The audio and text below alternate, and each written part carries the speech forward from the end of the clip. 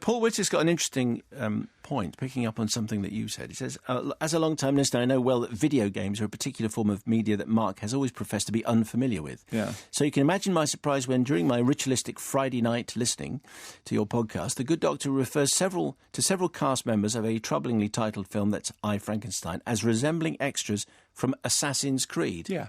Which is a video game. Yes. No doubt other listeners will have picked up on this. Would Mark care to comment? Yeah, but I don't play video games, but it doesn't mean I don't know anything about them. I mean, the same thing happened when I was talking about The Hobbit, The Desolation of Smaug, and I said that, you know, the stairwell looked like it had been made from Minecraft tools because it's all, you know, it's all straight lines. And I referred to something else as looking like an outtake from one of the scenes from Skyrim. And people wrote and said, well, how can you know that you don't play video? Just because you don't play video games doesn't mean I don't live in a total vacuum. I live in a world in which people play video games. I've watched people playing video games. Heaven's sake, I've watched enough of that. So I just don't play them myself. And for the umpty-thrumptieth time, I have nothing against video games. I think video games are probably a thriving and vibrant art form. Not for me because I'm too old, but and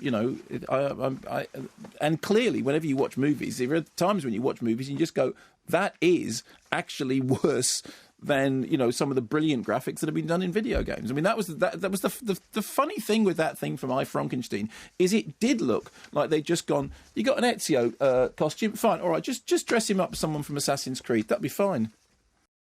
The thing that I said about it, and it turns out I think everyone said this about it, is that you watch the film and you want to go and live in San Francisco. You want to go and live in that environment, which is, you know, half America, half Japan. This idea of this beautifully created world in which you just think, okay, well, the plot is great and I like all the stuff that's happening with Baymax and I like the mix of pathos and action and adventure, but if you mind just dropping me off here and coming and picking me up in 2 hours, you know, on video games, quite often one of the things you can do is you can just go around the streets of them. I mean, when Are you talking to me about video games now? well, I mean, I know very little about video games as well, but you know, LA Noire, for example, when I was doing something with the Cult Show about it, and one of the things you could do is this free ride thing where you just drive around the city, and in the case of Big Hero 6, you just think what I want is the facility to just drive around in that city and look at the architecture and enjoy. But it's a wonderful film. I think it deals with loss as well as action and adventure, and it does it in a way which is very sort of tender and sensitive and charming, and I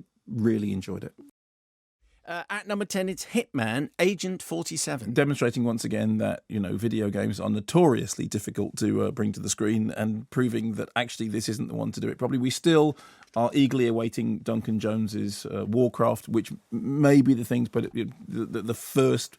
Duncan Jones has said that he wants to make the first computer game movie that I don't dislike, and I would be happy if that's the case. He's the kind of guy who might succeed. He might. He's a brilliant filmmaker. If anyone's going to be able to do it, it's him.